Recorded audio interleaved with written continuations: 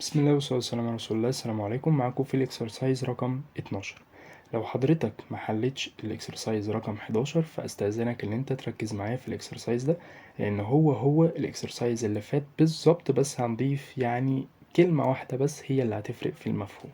طب هنا عايز يعمل ابليكيشن يطلع لي من اري معينة حضرتك دخلتها، يطلع لي كل الحروف الزوجية، بس في النهاية يطلع لي عددهم قد ايه.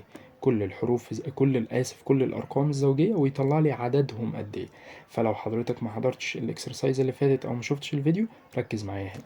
طيب هنعمل نفس اللي عملناه المرة اللي فاتت. أنا عندي array فيها 1 2 3 4 5 6 7 8 وفي الأخير 10. من المفترض إن يطلع لي لو أنا عايز أطلع أرقام زوجية، المفروض هيطلع لي 2 4 6 8 والمفروض في النهاية 10.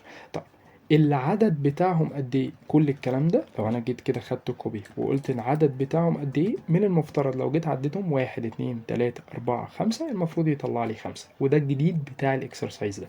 طيب انا هعمل نفس اللي عملته المرة اللي فاتت، هقول const is event، تمام، او even اسف، وهقول ان دي عبارة عن function ليها بارامتر واحد اسمه num. المفروض ان الكابتن ده هيقول لي ان num دوت filter. ليه filter؟ لان انا عايز امشي على كل واحده واسلكت عدد معين من الارقام. يعني انا عايز اطلع الارقام الزوجيه فقط، فاذا كده انا بفلتر ما بينهم. طب انا عملت فلتر وقلت مثلا ان ده اكس، ده البارامتر بتاعي، تمام، او ايفن يا سيدي شبه المثال اللي فات. وعملت الفانكشن بتاعتي وقلت لو كان الايفن بتاعي بالشكل ده ايفن، تمام، هو كان موديلس الاتنين ايكوال زيرو. ايه حوار الموديلس الاتنين؟ بقول لو كان الاتنين مودولس الاتنين بيطلع صفر يبقى ده زوجي. التلاتة مودولس الاتنين يطلع صفر، لا هو بيطلع رقم أكبر من الصفر تقريبا واحد، فإذا ده كده مش زوجي. طيب المفروض لو أنا وقفت لغاية كده فهو هيطلع لي الأري بتاعتي.